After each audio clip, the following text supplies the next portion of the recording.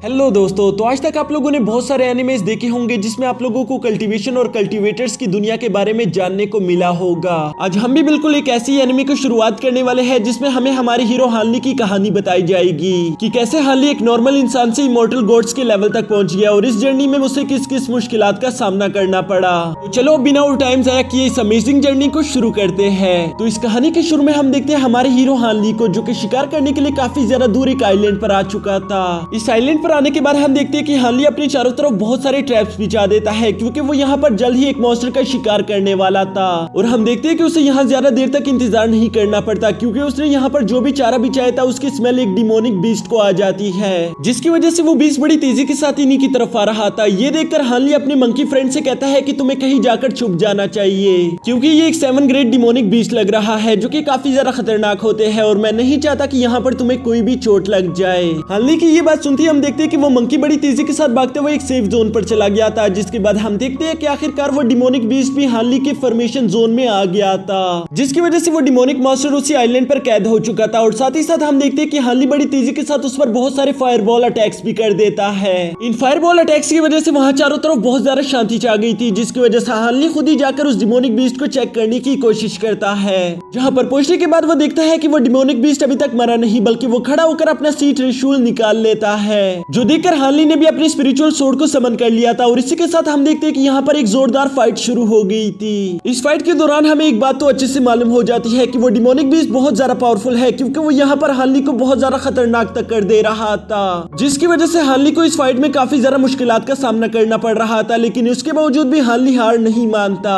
वो उस demonic beast पर लगातार फॉर्मेशन अटैक्स करते करते अचानक से उसका एक हाथ काट देता है, जिसके साथ ही हम देखते हैं कि उस डिमोनिक बीस्ट ने हानली को भी काफी बुरी तरीके से घायल कर दिया था। हानली को ये देखकर अभी खुशी हो ही रही थी कि एटलीस्ट उसने डिमोनिक बीस्ट का एक हाथ तो काट दिया, जिसकी वजह से वो थोड़ी देर के लिए कमजोर पड़ जाएगा। लेकिन ऐसा कुछ नहीं होता, क्योंकि हम देखते हैं कि उस डिमोनिक बीस्ट ने अपनी एनर्जी का इस्तेमाल करके अपने हाथ को दोबारा से रीइंकार्नेट कर लिया था।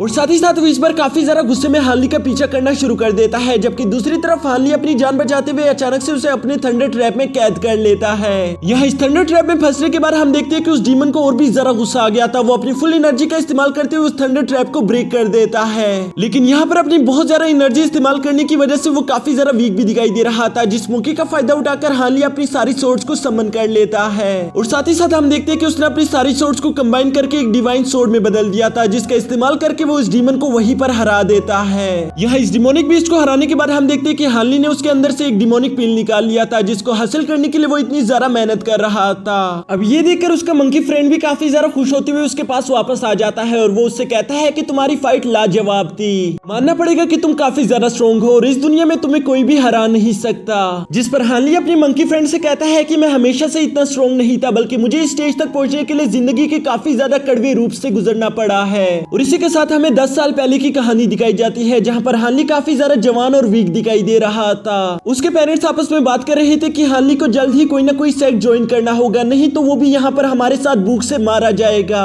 हम लोगों के पास खाने के लिए कुछ नहीं है, अगर उसने कोई सेक्ट ज्वाइन कर लिया तो हम लोगों के पास भी खाने के लिए कुछ न कुछ होगा और वो भी अपनी जिंदगी अच्छे से गुजार पाएगा। जबकि साथ ही साथ इन लोगों को ये बात भी अच्छे से मालूम थी कि पूरी दुनिया में जंग छिड़ी हुई है, अगर हानली ने कोई भी सेक्ट ज्वाइन किया तो उसकी जान खतरे में पड़ जाएगी, लेकिन अगर उसने कोई सेक्ट ज्वाइन ना किया तब भी उसकी पूरी की पूरी फैमिली भूख से ही मारी जाएगी। इसलिए हम देखते हैं कि हानली एक सेक्ट को ज्वाइन करने के लिए घर से निकल जाता है। यहाँ उसके जाने से उसकी पूरी फैमिली और वो खुद भी काफी ज्यादा उदास दिखाई दे रहा था, लेकिन जब वो अपने पीछे मुड़कर देखता है तो वो उस कैरेज में अकेला नहीं बल्कि वहाँ पर 2 और इंसान भी मौजूद थे, जिनमें से एक लड़का बहुत ही ज्यादा अच्छा था। वो हानली से कहता है कि मेरा नाम है जोंगताई और वो उसे खाने के लिए भी कुछ ऑफर कर देता है। जबकि वो दूसरा लड़का जिसका नाम लूफिक्वाई है वो अभी भी आराम से सो रहा था और वो इन दोनों से कहता है कि शोर मत करो, अभी भी हमारा सफर काफी ज्यादा लंबा है, इसलिए तुम दोनों को आराम कर लेना चाहिए। और इसी तरह इन लोगों की जिंदगी का ये नया सफर शुरू हो जाता है, जहाँ आखिरकार हम देखते हैं कि ये लोग 7 मिस्टीरियस सेक्ट तक पहुंच गए थे। वहाँ पर पहुंचते साथ ही हम देखते हैं कि इन लोगों को वेलकम करने के लिए वहाँ पर एक सीनियर डेसिपल आ चुका था, जो कि इन लोगों से मिलते साथ ही कहता है कि वाह तुम लोगों से कितनी ज्यादा बदबू आ रही है, ऐसा लग रहा है कि तुम लोग कचरे से निकलकर सीधा यहाँ पर आ गए। जिस पर लूफिक्वाई उसे कहता है कि जरा अपनी जबान संभाल कर बात करो। ये बात उस सीनियर डेसिपल को बिल्कुल भी अच्छी नहीं लगती और इसलिए हम देखते हैं कि लूफिक्वाई और उस सीनियर डेसिपल के बीच में एक फाइट शुरू हो गई थी, जहाँ वो सीनियर डेसिपल बहुत ही आसानी के साथ लूफिक्वाई को मार रहा था। ये देखकर जोंगटाई भी उसकी मदद करने की कोशिश करता है, साथ ही साथ हानली भी इन लोगों को फाइट करने से रोकने की कोशिश करता है। वो इनसे कहता है कि ऐसा मत करो, नहीं तो हम लोगों को इस सेक्ट से बाहर निकाल दिया जाएगा। यहाँ दोस्तों आप लोग सोच ही सकते हो, जिन लोगों का वेलकम ही ऐसा किया हो उनकी जिंदगी में आगे कौन कौन सी मुश्किलात आने वाली है, क्योंकि ये वेलकम वाला हिस्सा तो कुछ भी नहीं। इसके नेक्स्ट सीन में हम देखते हैं कि आखिरकार ये सब लोग उस सेट में जमा हो गए थे, जहाँ पर वहाँ सेट मास्टर इन सबको बताता है कि हमारे सेट में इंटर होने के लिए बहुत सारे लोग हर साल आते हैं, लेकिन हम सब लोगों को अपने सेट में इंटर नहीं कर सकते। हम आप लोगों को कुछ वक्त देंगे जिसमें आप लोगों का टेस्ट लिया जाएगा। इस टेस्ट के दौरान आप लोगों ने उस पहाड़ी की चोटी तक पहुंचना है, और जो लोग भी पहले पहुंचेंगे हम उन्हें अपने सेट में शामिल कर लेंगे, और जो लोग हार जाएंगे उन्हें वापस अपने घर जाना होगा। जिसके बाद वो मास्टर इनसे कहता है कि चलो इस टेस्ट को शुरू करते हैं। यहाँ इस टेस्ट के शुरू होते साथ ही हम देखते हैं कि सब लोगों ने बड़ी तेजी के साथ दौड़ लगाते हुए उस चोटी की तरफ भागना शुरू कर दिया था। यहाँ पर ये सब लोग बिल्कुल पागलों की तरह दौड़ लगा रहे थे, जैसे कि यहाँ पर ये सब उनकी जिंदगी का सवाल हो। सब लोग गिरते पड़ते बस उस पहाड़ी की चोटी तक पहुंचने की कोशिश कर रहे थे, जबकि दूसरी तरफ हम देखते कि हानली और जोंगताई भी मिलकर उस पहाड़ी की चोटी की तरफ भाग रहे थे।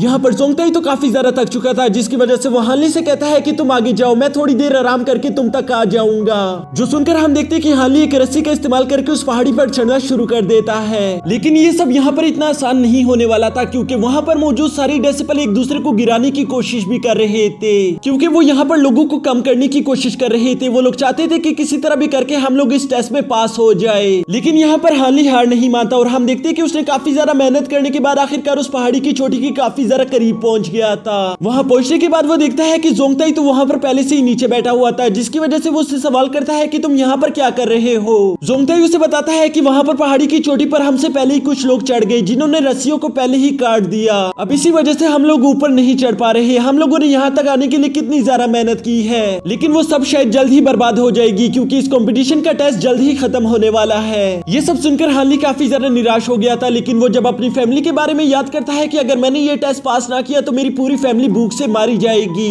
इसलिए हम देखते हैं कि वो हार मानना कबूल नहीं करता, बल्कि वो खड़ा होकर कैलकुलेशन करना स्टार्ट कर देता है। साथ ही साथ उसके दिमाग में एक आइडिया भी आ गया था, जहाँ वो जोंगताई से कहता है कि चलो मेरी मदद करो, अभी भी हम इस टेस्ट को पास कर सकते हैं। और ये कहते साथ ही अगले सीन में हम देखते हैं कि इन दोनों ने पीठ से पीठ मिलाकर उस पहाड़ी पर चढ़ना शुरू कर दिया था, जहाँ काफी मेहनत के बाद हम देखते हैं कि आखिरकार ये लोग उस पहाड़ी की चोटी पर पहुंच गए थे।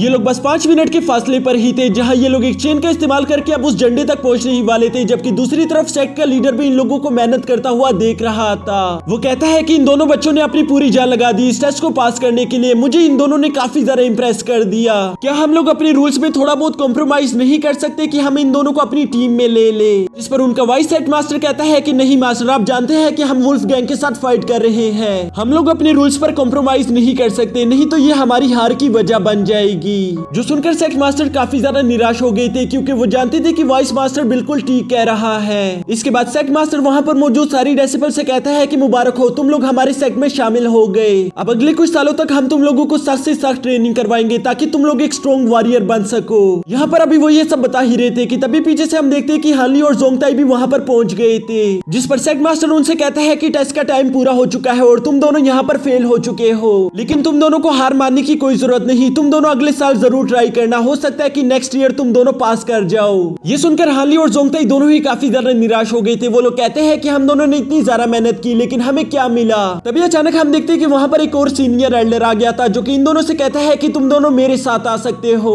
और साथ ही साथ वो सेक्ट मास्टर से कहता है कि बेशक इन दोनों ने टेस्ट पास नहीं किया, लेकिन इन दोनों की ये मेहनत देखकर मैं काफी ज्यादा इंप्रेस हो गया हूँ, इसलिए मैं इन दोनों को अपने साथ लेकर जा रहा हूँ, ताकि मैं इन दोनों को अपना पर्सनल स्टूडेंट बना सकूं। जो सुनकर वो सेक्ट मास्टर भी एग्री हो चुके थे। जबकि यहाँ दूसरी तरफ जोंगताई और हानली भी काफी ज्यादा खुश हो गए थे कि डॉक्टर मू हमें अपना पर्सनल स्टूडेंट बना रहे हैं, भला इससे अच्छी और क्या बात हो सकती है। और इसलिए हम देखते हैं कि हानफाई और जोंगताई बिना कोई वक्त बर्बाद किए हुए डॉक्टर मू के साथ उनकी डिवाइन पाम वैली तक आ गए थे। यहाँ हानली बताता है कि वो डिवाइन पाम वैली काफी ज्यादा खूबसूरत थी, बिल्कुल ऐसा लग रहा था कि शायद मैं किसी जन्नत में आ चुका हूँ। और इसी के साथ हमारा यह एपिसोड भी यहीं पर खत्म हो जाता।